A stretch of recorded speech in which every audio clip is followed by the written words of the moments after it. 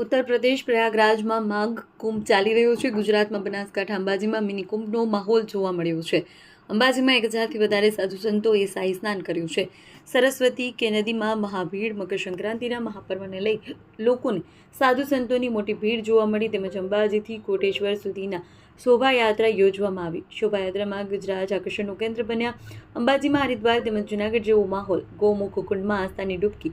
ગુજરાત તેમજ રાજસ્થાનમાં સાધુ સંતોએ શાહી સ્નાન કર્યું.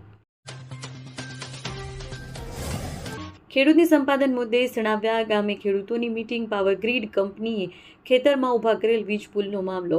ખેડૂતોને વળતર આપ્યા વિના વીજ પુલ ઊભા થતાં ખેડૂતો રણનીતિ માટે મીટિંગ કરી. વાવ થરાદ કલેક્ટરને રજૂઆત કરવા છતાં પણ વળતર ન મળતા ખેડૂતો ગુસ્સામાં છે. 26 જાન્યુઆરી પહેલા વળતર ન મળે તો ખેતરોમાં રાષ્ટ્રધ્વજ ફરકાવવાની ચીમકી આપી છે. વાવ થરાદ ખાતે રાજ્ય લેવલની પ્રજાસત્તાક દિવસની ઉજવણી થઈ રહી છે.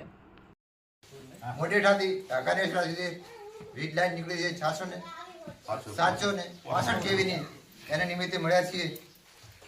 દરેક ગામની અંદરથી ખેડૂતો મળ્યા છે અને ન્યાય માટે ભેગા થયા છે.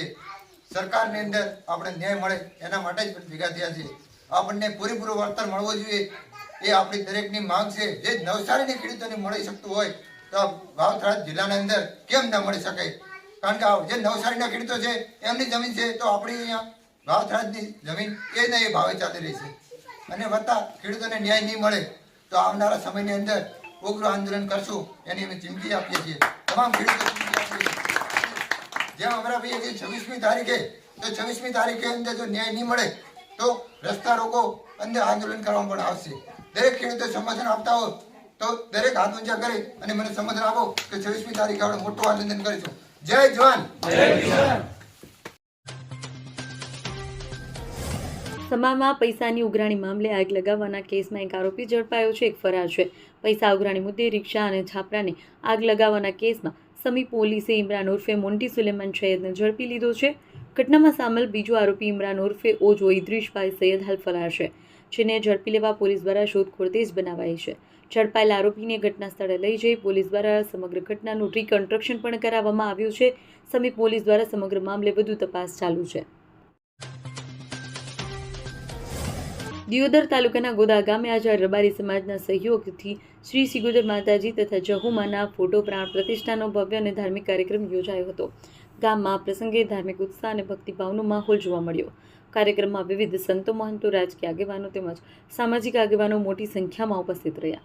વૈદિક મંત્રોચ્ચાર સાથે માતાજીની ફોટો પ્રાણ પ્રતિષ્ઠા કરવામાં આવી. ત્યારબાદ આરતી પૂજન અને પ્રસાદીનું આયોજન કરાયું.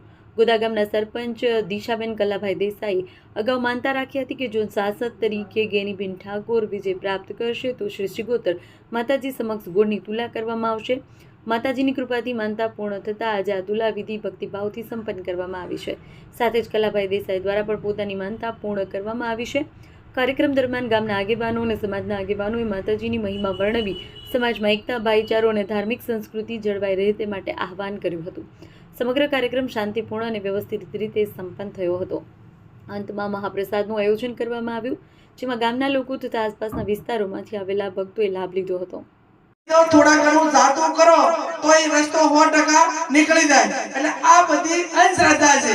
શ્રદ્ધા કોને કહેવાય? કે જે દેવને માનીએ એ દેવને દીવો કરીએ, અગરબત્તી કરીએ, એને પૂજા કરીએ, સવારે દર્શન કરીને નીકળીએ અને એનું બધાયનું સારું થાય એવી પ્રાર્થના કરીએ, એને શ્રદ્ધા કહેવાય.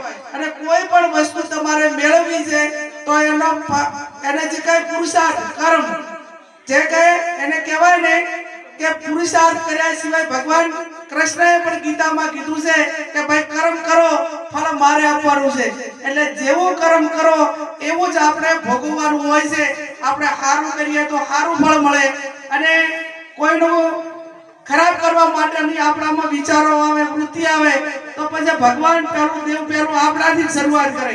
એટલે હર હંમેશા સારું કરીને આપણું સારું ઈચ્છીએ તો લોકોનું સારું થાય, લોકોનું સારું થાય એટલે બધાયનું સારું થાય, બધાયનું સારું થાય એમાં આપણું પણ આવી ગયું. ત્યારે કલ્યાણભાઈ ને એમના પરિવારને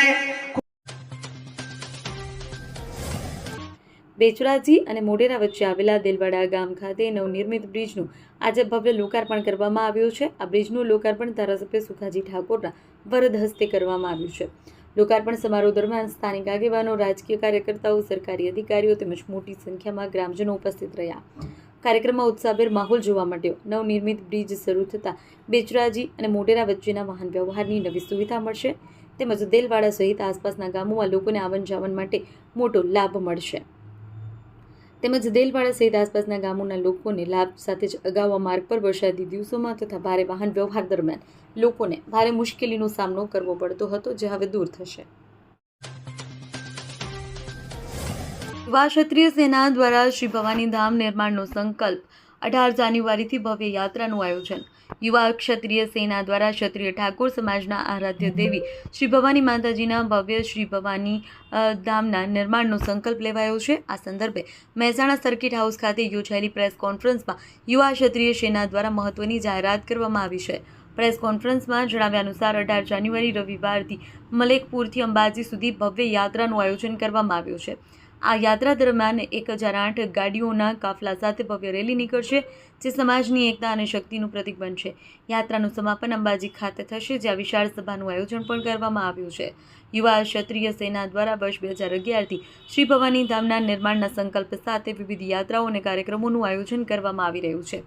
પ્રસ્તાવિત શ્રી ભવાની ધામને ક્ષત્રિય ઠાકોર સમાજ માટે સામાજિક, શૈક્ષણિક, આર્થિક તથા રાજકીય પાવર હાઉસ તરીકે વિકસાવવાની દ્રઢ પ્રતિબદ્ધતા વ્યક્ત કરવામાં આવી છે. બીજું તો આ ભવાની ધામમાં સંકલ્પ યાત્રા યોજાઈ રહી છે. કેવી રીતે યાત્રા યોજાશે અને ક્યાંથી ક્યાં સુધી યોજાશે? શ્રી ભવાની ધામ સંકલ્પ યાત્રા ખેરાલુના મલેકપુર રામદેવ પીર મહારાજના મંદિરેથી 1008 ગાડીઓના જંગી કાફલા સાથે માં અંબાજીના ધામમાં જશે અને ક્ષત્રિય ઠાકોર સમાજની આસ્થાનું ધામ, એક સંસ્થાનું નિર્માણ થાય એ માટે સંકલ્પ લઈ અને ત્યાં અંબાજીમાં સભા યોજશે. કેટલી ગાડીઓનો કાફલો જશે અને શું આ ભવાની ધામની વિશેષતા? ક્ષત્રિય સમાજ વતીથી 1008 ગાડીઓનો લક્ષ્ય નિર્ધારિત કરવામાં આવે છે, પણ 1008થી પણ વધુ ગાડીઓના જંગી કાફલા સાથે આ યાત્રા યોજાશે. ક્યાં ભવાની ધામ નિર્માણ પામી રહ્યું? એ સ્થળ અને ભૂમિપૂજનની તારીખ પણ ટૂંકા ગાળાની અંદર આપ મીડિયા મિત્રોના માધ્યમથી અને જાહેર સભાના પ્લેટફોર્મ પરથી એની પણ સ્પષ્ટીકરણ અને જાહેરાતો કરીશું. પણ હાલ પૂરતા આ ભવાની ધામ સંકલ્પ યાત્રા યોજી અને સમાજમાં એક ચેતના અને ઉર્જા લાવવા માટે કાર્યરત છીએ. ખાસ સમાજને એક તાંતણે બાંધવાની વાત કરી રહ્યા છે. ક્ષત્રિય ઠાકોર સમાજને એકતાના તાંતણે બાંધવા માટે નિરંતર વર્ષોથી પ્રયત્ન કરી રહ્યા છીએ. પણ આ ધાર્મિકતાના ભાવથી, ધર્મના માધ્યમથી અને ધજાના માધ્યમથી સમાજને જોડવાનું કામ કરી રહ્યા છે. અભિજીતજી, આ ભવાની ધામ બનવાનું છે તે ધાર્મિક મંદિર બનશે કે શૈક્ષણિક સાથે સામાજિક ઉત્કર્ષ માટે બનશે? સામાજિક, શૈક્ષણિક, આર્થિક, રાજકીય અને સમાજના સર્વાંગી વિકાસ માટેનું આ ધામ હશે અને પોલિટિકલી જેને પણ માનવું હોય પાવર હાઉસ ભવિષ્યમાં નિર્માણ થશે, એમાં કોઈ લેશ માત્ર શંકા નથી.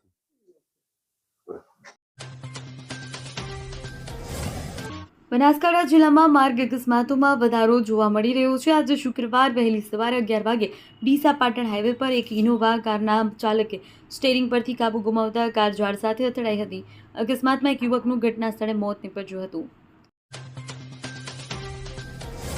ભાભર વિસ્તારના ખેડૂતોએ અતિવૃષ્ટિથી થયેલા પાક નુકસાનના પૂરતા વળતરની માંગ સાથે ભાભર મામલતદારને આવેદનપત્ર સુપ્રત કર્યું છે. ખેડૂતોનો આક્ષેપ છે કે તેમણે પાક નિષ્ફળ પેકેજ અંતર્ગત પૂરતો લાભ મળ્યો નથી. આવેદનપત્રમાં જણાવ્યું છે કે પૂર દરમિયાન ખેતી પાકોને થયેલા નુકસાન સામે અપૂરતું વળતર મળ્યું છે. આ બાબતે જરૂરી તપાસ કરી યોગ્ય વળતર ચૂકવવામાં આવે તેવી માંગ કરવામાં આવી છે. આ રજૂઆત સમયે મોટી સંખ્યામાં ખેડૂતો ભાભર મામલતદાર કચેરી ખાતે ઉપસ્થિત રહ્યા હતા. હું સનુભા નટવરસિંહ, ભાભર જૂના. જે આપણે સરકાર જે સહાય આપવાના હતા પાક નિષ્ફળની, તેની અંદર સહાય આલી પણ કેવી રીતે કે હેક્ટર દીઠ 22,000 રૂપિયા આપવાના હતા. એની અંદર કોઈને 2 હેક્ટર હતા તો કોઈને 44 મળ્યા છે, કોઈને 2 હેક્ટરની અંદર 2 હેક્ટર હતા તો પૈસા ઓછા મળ્યા છે, અને હેક્ટર હતી તો એમને 44 મળ્યા છે, કોઈને 10 મળ્યા, કોઈને 15 મળ્યા. હવે આ સરકાર કેવી રીતના પૈસા લે એ અમને ખબર નથી.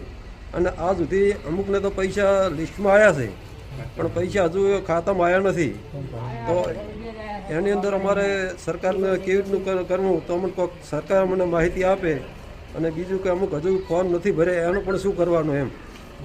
આજે તમે શા માટે આવેલા? આજે અમારે આ જે પાક નિષ્ફળના જમીન ધોરણો પૈસા નથી મળ્યા, એના માટે અમે સૌ આવે છે ખેડૂતો. થરાદ શહેરના મીઠા રોડ પર આજે બાઇક અને સરકારી બસ વચ્ચે ગંભીર અકસ્માત સર્જાયો છે. અથડામણમાં બાઇક સવાર યુવકને ઈજા પહોંચી હતી, જેને તાત્કાલિક સારવાર માટે થરાદની સરકારી હોસ્પિટલ ખસેડવામાં આવેલ છે. માહિતી અનુસાર અકસ્માત બાદ સ્થાનિક લોકો ઘટના સ્થળે દોડી આવ્યા અને 108 એમ્બ્યુલન્સને જાણ કરી. ઈજાગ્રસ્ત યુવક થરાદ તાલુકાના વજેગઢ ગામનો રહેવાસી હોવાનું જાણવા મળ્યું છે.